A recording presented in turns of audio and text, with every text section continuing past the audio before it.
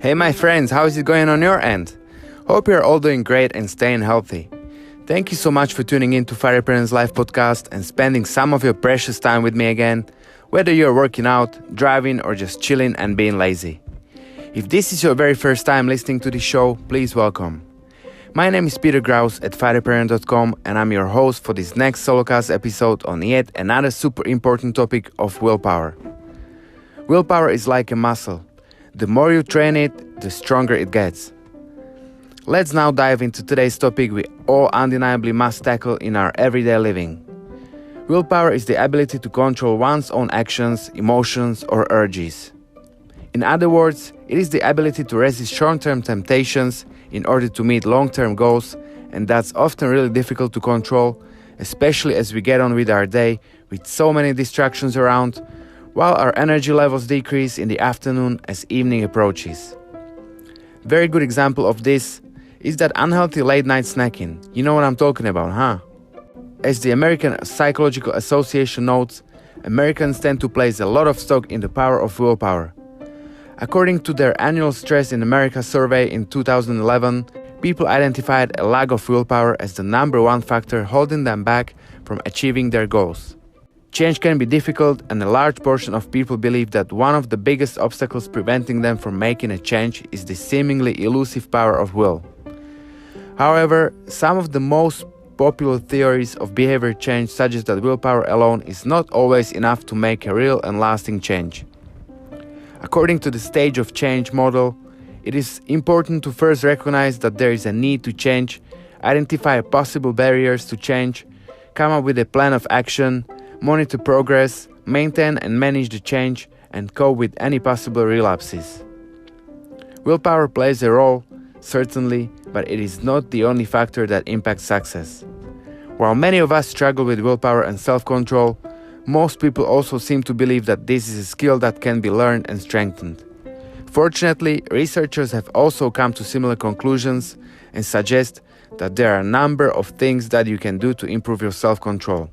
Continue listening to learn more about what willpower is, why it's so important, and what you can do to develop this ability. As Gandhi said, strength does not come from physical capacity. It comes from an indomitable will. We're talking about a man that took on an empire. And he did it not by his physical prowess, but instead by not being willing to be bowed or broken. And at the end of the day, that is something each one of us controls. That is something that each one of us can build into ourselves. We decide whether or not we can be broken. We decide how far we're willing to go. And at the end of the day, how far you're willing to go, how indomitable your will really is, comes down to one simple thing. Do you believe in what you're fighting for? Are the hard times something that you're willing to push through, to persevere, to get to the other side because you believe to the core of your being in what you're fighting for? And that is something we all have to define for ourselves. That is something we all have to build into the very core of our being. But most people just stumble through life. They daydream through life. They don't have a plan. They don't have something specific that they're aiming at. And because of that, when they hit an obstacle, because of that, when they hit something that pushes back against them, when they hit an equally obstinate force, they break, they bow, they crumble. Because they don't have that thing that they're willing to fight for. They don't have that burning ember inside of them that is dictating everything that they do. And because of that, they're never going to be able to get on the other side of that obstacle. Because of that, life is going to stop them. Because of that, every time that they try to create momentum in their life, something stops them. But it's not the thing on the outside that stops them. It's the lack of something on the inside. And as Winston Churchill said, if you're going through hell, keep going. But the only way that you're going to be able to persevere through that, the only reason that you're going to have that thing inside of you that demands that you keep going is if you believe in that thing. If you've built something up in your life that you'd be willing to die for, and you live for it, When you construct that at the center of your soul, then you're going to have the tenacity to push through. Then you will see that you were not defined by your physical prowess. At that moment, you will understand what Gandhi was trying to say. That each and every one of us will be made by what we come to stand for. Each and every one of us will be constructed of our will. The things that we're able to do will be defined by that. So when you take the time to build something, build the strength of conviction.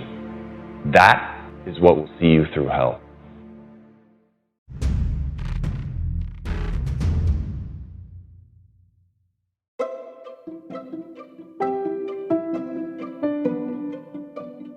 Willpower isn't something that gets handed out to some and not to others.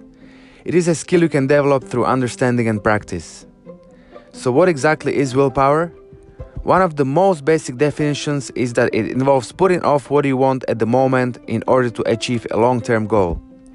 Willpower is often referred to as resolve or self-control and may involve a number of different cognitive and behavioral characteristics. Willpower involves putting off what you want in the short term to get what you want in the long term.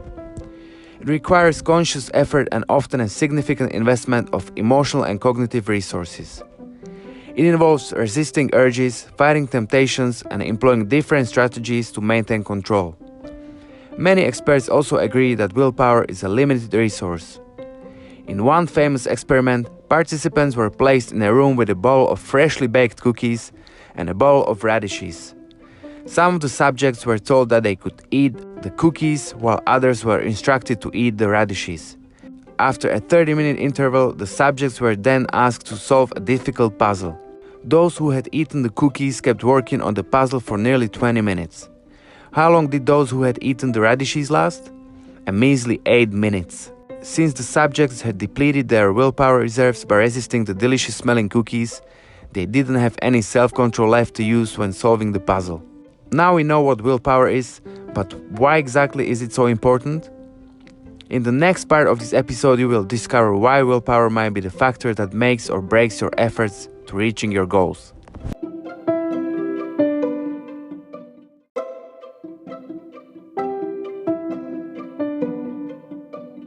So psychologists believe that willpower can help you achieve your goals, but acknowledge that it is just one piece of the puzzle. Why exactly is it so important to have this sort of self-control? In a classic study, Stanford psychologist Walter Mischel asked children to wait to eat a treat, often a cookie or marshmallow, in order to receive 2 treats instead of just 1. While some of the children in Mischel's experiment gobbled up the treat immediately, choosing short-term satisfaction over long-term reward, some of the children were able to exert their willpower and wait for the second reward. In follow-up research, Mischel found that those kids who were able to delay gratification had better grades, better academic test scores, and higher educational attainment.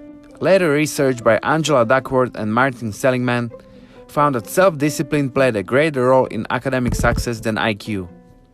In their research, they observed that students who had greater self-control had better school attendance, better grades, and better test scores. Other researchers have discovered that the people with higher self-discipline have better relationship skills, are less likely to abuse alcohol and other substances, suffer fewer mental health problems, and have better overall physical health. So obviously willpower is critical for success, but can you really increase the amount of willpower you possess? Can you make it stronger? Up next, you will learn the simple things psychologists recommend to boost your willpower.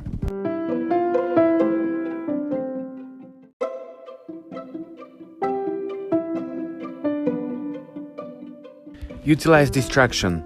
In Mischel's classic marshmallow experiment, children who were able to resist eating the marshmallow right away utilized a number of different strategies to strengthen their willpower. Distraction was one of the most effective. Some kids closed their eyes while some turned away and looked elsewhere. The kids who couldn't take their eyes off the treat, however, were far more likely to give in. When facing a temptation, whether it's a desire to eat, drink, spend, or indulge in some other undesired behavior, try looking for some form of distraction. Get your mind off the thing that is tempting you at the moment so that you can stay on the path toward your long-term goals.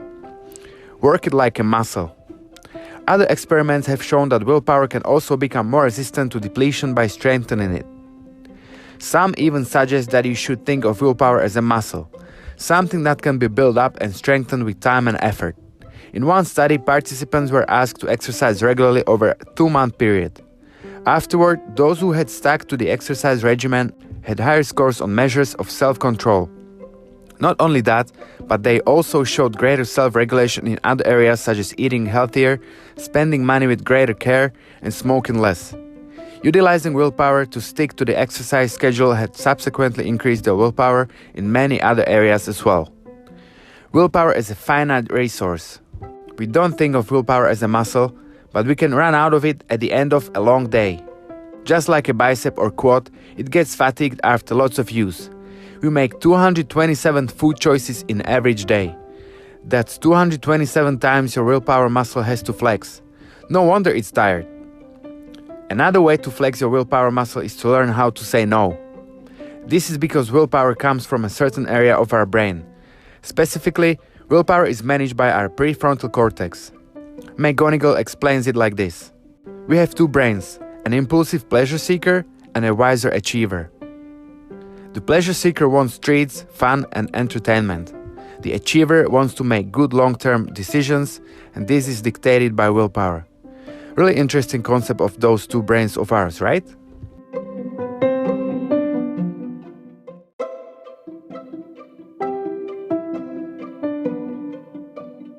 What do you do to live disciplined, fulfilling, and freedom life to the best of your abilities? And let me actually ask you this. What do you do when you feel like not doing what you know you're supposed to be doing? Do you feel that guilty impact of pleasure seeker, not being disciplined at times, maybe most times? And what do you do to motivate yourself to get back on track of true achiever when your mind is looking for all kinds of excuses? Please let me know you're listening to this by tagging me on Instagram or Facebook, or DM me with your best practices for having to flex your willpower quote-unquote muscle as effectively as humanly possible. Deal? Awesome. Stay strong and healthy, you all. Dream big, and see you again in 2 weeks where I'll be talking about another key topic we all need to work on real hard in order to succeed, and it is nothing else but discipline. Peace out.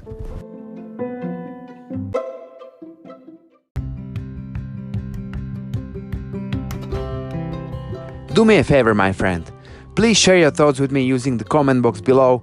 Get in touch with me directly at Firepreneur on Facebook and Instagram, or through my blog at firepreneur.com, where you can find even more of this content, visuals, and other useful resources. I have some big news to share with you guys. I wanted to announce and invite you to check out my new YouTube channel at Firepreneur's Life, where I'll be posting great motivational videos for more inspiration and happiness almost daily. So please go ahead and make sure you watch and subscribe, never missing these amazing videos I put together for you to help you stay motivated and ideally remaining on top of our extraordinary lives we are all gifted with. I'm going to list all the links and resources in the show notes so you can easily go back and check everything I mentioned in this episode. Sounds good? Here you go. That's all from me for this episode. So hope you guys enjoy listening and learn something new, actionable, and useful once again.